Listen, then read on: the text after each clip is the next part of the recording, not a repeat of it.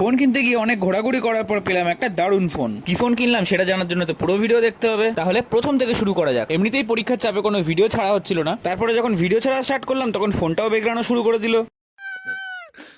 তাই বেশি রিস্ক না নিয়ে আমি আর শুভম বেরিয়ে পড়লাম একটা ফোন কেনার জন্য। যেহেতু আমার বাজেট কম ছিল তাই কম বাজেটের মধ্যে ভালো ফোন পাওয়ার জন্য আমি চলে গেলাম প্রথমে মধ্যমগ্রামের মুভিমেনিয়াতে। 10,000 টাকা বাজেটের মধ্যে অনেক সেকেন্ড হ্যান্ড ফোন দেখলাম, কিন্তু একটাও পছন্দ হলো না, কারণ আমার লাগতো ভালো গেমিং ফোন প্লাস ভালো ভিডিও কোয়ালিটি অ্যান্ড ভালো লুক। আর একটা ফোনের ভেতরে এই তিনটে জিনিস আমি একসাথে পাচ্ছিলাম না, আর যেগুলো পাচ্ছিলাম সেগুলো সব বাজেটের উপরে। তাই আমরা ডিসাইড করলাম বারাসাতের ক্যাশিফাইতে যাওয়া, কিন্তু ক্যাশিফাইয়ের স্টক দেখে আর দাম শুনে আমাদের ঠিক পছন্দ হলো না। তাই আমরা আবার ডিসাইড করলাম মধ্যমগ্রামের মুভি বাসে যাওয়ার জন্য। আর এখানে অনেক ভিড় থাকার দরুন আমি কথা বলার মাধ্যমে জানতে পারি যে আমি যে বাজেটে ফোন কিনতে এসে সেই বাজেটে ফোনের কোয়ালিটি আর ফোনের দাম দুটোই ম্যাচ করবে না। তারপরে ফেরার পরে ভাবলাম মুভিমেনিয়া থেকে একবার ঘুরেই যাই। আর আমরা এসে জানতে পারি যে আমরা আসার 2 মিনিট আগে এখানে নতুন ফোনের স্টক ঢুকেছে। একটা ফোন দেখে খুব পছন্দ হচ্ছে, বক্স খুলে দেখি ফোন নেই। এমা, আরে আমি তো ইয়াকি করছিলাম, ফোন তো পকেটে দেখা।